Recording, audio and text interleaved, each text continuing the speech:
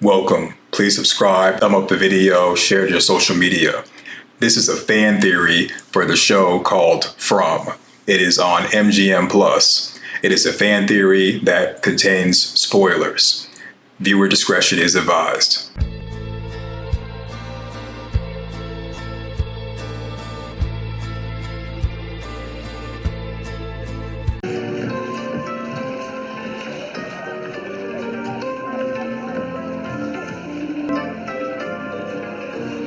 Runners on the hill!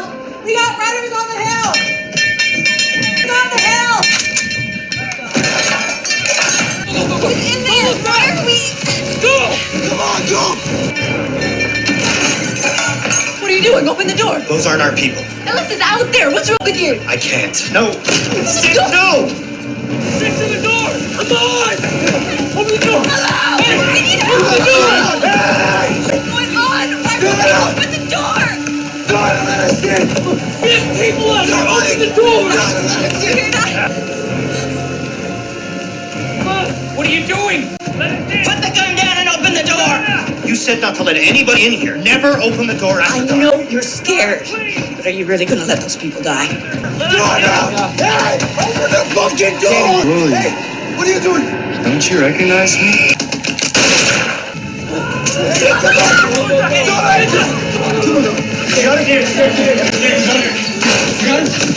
You, on the floor. Julie must have met the creature jock and even the town folk before they became creatures, before they had the ritual. And that's how the creature jock, who's also seen in the last shot right there and the right side of the screen, is different if the creatures are astral projecting and spying on people, or maybe even chapter walking. But I think the creature jock was able to know her name because she may have met him in the past and maybe even try to talk him out of becoming a creature and doing the ritual.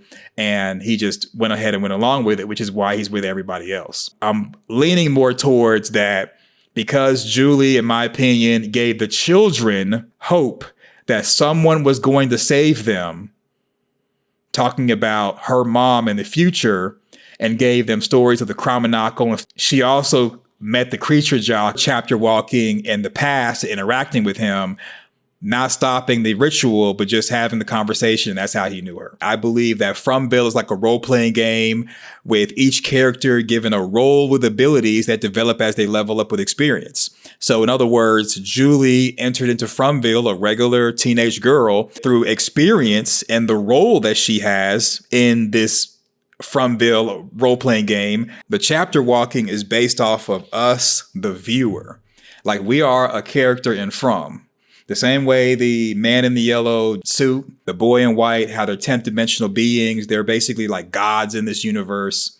And to a certain extent, the creatures are as well. If the kimono woman is worshiping the creatures, we are passive characters in Fromville, and we are also like gods.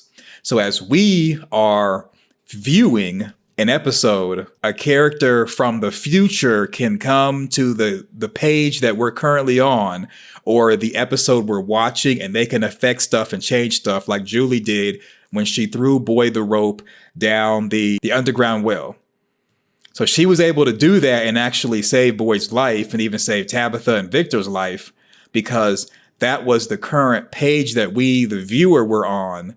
And she was able to make those changes. If we're on the current page and she's trying to go to a previous part of the book that we've already passed, she won't be able to affect that because it's already written, meaning the episode's already aired, basically. That's the writer's way of saying that anything they come up with, they're not going to undo it with Julie chapter walking. It's already set in stone. They're not going to go back and change anything. If they write themselves into a corner, they're stuck in that corner. If we're currently on page 1 or we're currently watching an episode, we are on that page of the book. Julie from the back of the book can come to our present and affect stuff because we're currently on that page. Any page that we've turned or a previous episode, she cannot go to that point and affect it because that has already been written. Julie from the future that we have not seen yet was able to come and interact with Jim when he was dealing with the man in the yellow suit, because she's from the future part of the book, not from the present part of the book that we're currently on. That's how chapter walking works. So if you're like, well, maybe Julie can go back in time and save the children and keep them from being sacrificed, theoretically, yes. If we're on that page of the book and we're currently watching an episode where the children are being sacrificed, then yeah, future Julie could come from the back part of the book and affect that page. She can do that. But after that episode is over with and we're no longer reviewing it, she can't go from the present day to the past and affect anything because it's already been written. That's just the way that From has been establishing stuff. I think it's dumb, to be honest with you, because if you're going to introduce time travel and you're going to make it to where Julie's energy can go to the actual past and interact with the environment, you might as well have it to where she can do whatever she wants to do. But I think that they're doing it like that to limit the power of time travel, especially since the evil side is also chapter walking. I believe the man in yellow, he's chapter walking. The kimono woman, she's chapter walking. And that's how, and even the voices that Sarah was hearing, they're able to chapter walk as well. That's how they were able to tell Sarah in season 1, episode 1, this thing is going to happen because they're from the future or the back part of the book. And while we are currently viewing the episode or we're on that page, anyone from the back of the book can communicate with whoever's on that page or in that episode and say, this is going to happen, and it be so. So there's a lot of chapter walking on both sides. And I think that's the reason why the man in yellow didn't show up and harm Julie, because Julie is supposed to chapter walk, which means that Boyd was supposed to go into the faraway tree to go to the underground mine shaft, be pulled up by Julie's chapter walking when she threw him the rope, and talk to Martin and get the worms from him. All that was like supposed to happen. So that means the boy in white could be the man in yellow, just a different form. However, what's not allowed is using technology, and also not supposed to be able to look at your saved game to be able to figure out what's going on. The person to give the rules is the boy in white. That's the player assistant. Maybe the man in yellow is like the game master. Townspeople are prisoners in the game, but they are not given the rules because the boy in white, who I believe is the player assist, wants them to figure out the rules and what to do on their own. So what that means is it's almost like playing Monopoly for the first time and you don't know what the rules are. You don't know what to do. You're just kind of like, it's your turn and you're like, okay, I see dice. Let me roll the dice. And then now you're moving around the board, but you don't know what's going on. The townspeople, being like players in the game, they're going to have to use Julie and Tabitha's abilities and other people's abilities as they level up with experience to somewhat see what the enemy is doing, to learn what the rules are based off of what they see the other side doing. Someone like Julie can chapter walk and observe what the enemy is doing and say, okay, they're doing this. This is what must be a rule. Or she can chapter walk and go maybe to even before they all arrived in Fromville and seeing what like previous cycles did, and determine, okay, that's what you can do. Here's a rule, that's a rule, and etc. Unfortunately, that's going to be frustrating. That's basically what the boy in white was, as I believe the player assist. He wants them to use their abilities that they're gaining and developing through experience being in Fromville to figure out not only what the rules are, but what to do. So Jim was providing that cheating element. They didn't even know it was cheating. So Randall with his drone, Jim with the tower on Colony House, even them using the musical notes at the faraway tree to remember previous reincarnated versions of themselves, talking about Tabitha and Jade, that was not allowed. That's cheating. Because there's a lot of cheating going on. Like the man in the yellow suit was saying, everything comes with a cost. And that cost was for Jim to be removed from the game. I believe the boy in white is chapter walking. Everybody's chapter walking. And that's how the creatures know everyone's name. I call it astral projecting. Everyone has this ability to chapter walk, or at least maybe certain creatures have the ability, but definitely the boy in white, definitely the man in yellow suit. Even Abby was saying that when she was a little girl, she had a dream, just like Tabitha before Abby went duck hunt on everybody. So everybody's having all these abilities, but the problem is that the people in town, they're not having team meetings and they're not talking to each other to strategize. And that's where they're falling short. If they were to have team meetings and discuss what they experienced, what they saw, what's going on as a community, they can make decisions and move as one, but they're not doing that. Boyd is doing stuff on his own, and then when he comes back, he's not sharing information. And that's the reason why they're losing. They would have strength in numbers, just like the creatures. This is an example that the creatures are on one page, whereas they have the colony house invasion. When Jasmine tricked Kevin to open the window, let her in, and she unalived him, she let everybody else in. And as a unit, they move through colony house, scaring people out of the house, causing chaos. And the reason why they're walking slow and not running is because it's a game. They're playing with their food. It's a game.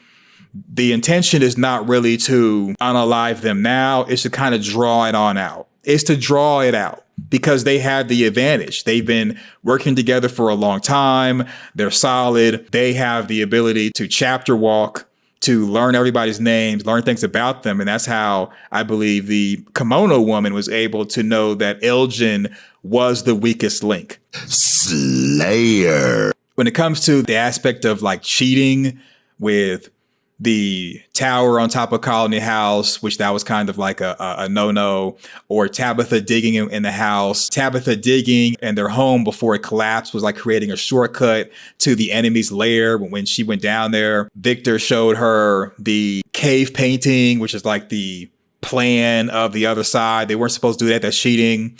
The other aspect is being able to remember from previous reincarnations, which is like remembering like a saved game. If you ever played a video game, I'm sure most of you all have. When you start a video game, you start from like a new game.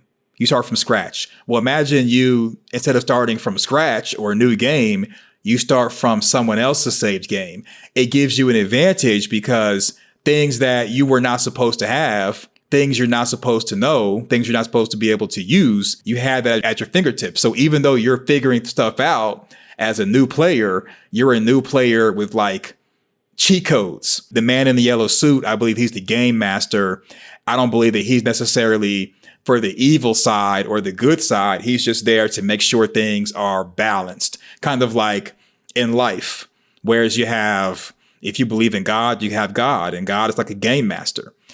When we're in life, a lot of us don't even know what we're on earth to do. We just kind of do what we're told to do or what we're programmed to do or what our family says to do. But what is the whole purpose of us actually being on earth? Maybe there's a purpose and nobody really knows, or not many people know, but without a game master or a player assist to help you, it's just like you're just kind of going to work, making money, paying bills, enjoying your family, and then you just, one day you're no longer on earth. You're passed away. Well, imagine if you were able to have a reincarnated version of yourself or reincarnated versions of yourself that you had access to. They could tell you like, oh, well, you know what? The whole purpose of you being on earth is to get to the core of the earth, because getting to the core of the earth will keep the earth from blowing up one day. If you're like, well, man, if I know that from billions of years of reincarnation, when I'm reincarnated and other people reincarnated, we could just keep tackling that problem and like beat the game, if that's the whole purpose of being on earth. But if you don't know the previous information and you don't know the rules, then you're doomed to repeat any issues that are there. Yeah, you're doomed to repeat problems. But the boy in white is like, nope, I tried that with Christopher. I already did that. You gets nothing. You can only use what you bring in Fromville with you, or what is there, such as the stones from the grotto. Just like with the Bible, another Bible reference, as far as Book of 74, if you will, the tree of knowledge. So Adam and Eve, when they were created by God in the Bible, they were basically babies in adult bodies, and they were given rules. So at least God gave Adam and Eve rules. The boy in white says, you don't get nothing. All right, all right. Yeah, so they were given rules. Don't do this, don't do that. And Adam was tasked with the naming ritual, whereas Adam named everything, including Eve, and I think even himself. So when they did eat from the tree of knowledge, when the serpent came in and was like, told Eve, if you eat from the tree of knowledge, you'll be just like God. She ate from it, nothing happened. Adam ate from it, their eyes were opened and they became aware. So that, to me, that kind of is similar to Jade and Tabitha, and in that the notes were put in the bottles at the bottle tree so that when playing the music and the ghastly children come out and saying cooey, their eyes were opened and it was like Adam and Eve.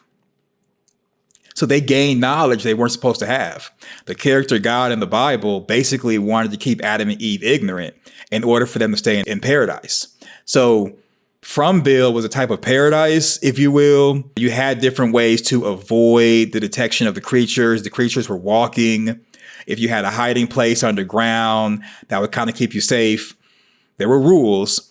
But with Jade and Tabitha eating from the forbidden tree, if you will, as far as the faraway tree, and their eyes are not opened, it's almost like now it's going to be game on. Like, you know, paradise is lost. Your punishment is Jim being unalived. I'd imagine that they'd have more harsh weather, having to struggle more than normal because paradise is lost because they have this forbidden knowledge. Jim mentioning the wires and electricity to Tabitha, that's what prompted her to start digging the hole. That's where the idea of Tabitha digging the hole came from, was Jim. Jim came up with the idea of the music notes for the papers and the bottles, and Jim put a radio on top of Colony House. So Jim had to go. And I wouldn't be surprised if in previous cycles, there wasn't a Jim character, a Victor character, or even a Julie character that could have their abilities. And that's the reason why they kept failing over and over and over. Jade and Tabitha have been given a Herculean task to figure out not only the rules, but how to beat the game for Fromville to end. Yet in this cycle, they're not giving anything, and they're further along because this Jade and this Tabitha have access to more resources than previous cycles. And the man in the yellow suit is taking that away from them. So it's unfortunate. And, you know, Julie, she tried the chapter walk and save Jim, but no. I think no matter how many times Julie will chapter walk to a page that's already been written, it's going to end the same way as far as the major outcome she's trying to avoid, which to me is similar to the movie The Time Machine. In The Time Machine, the guy who invented time travel to save his fiance, when he did invent time travel and tried to save her or to keep her from being unalive, the first time, spoiler alert for The Time Machine, it actually explains time travel pretty well. But if you don't want to watch Time Machine, Terminator Zero is a good idea of how time travel works as well. Make a long story short, the inventor of time travel and Time Machine, he was trying to stop his fiance from being unalived from the mugger who robbed them, and she lost her life in that. He invented time travel, went back, kept her from being at the place where they got mugged the first time, but she ended up passing away by being ran over by a horse and carriage. Instead of him going back to the past over and over again to have repeated tries to save her, he went to the future to try to get the answers, hoping that people in the future would know the answer. And he got it from the evil things in the future. And it was explained to him that something that is in the past cannot be undone because it's impossible to go to the past. Every time you travel forward and backward in time, you make a new timeline. You make a new timeline.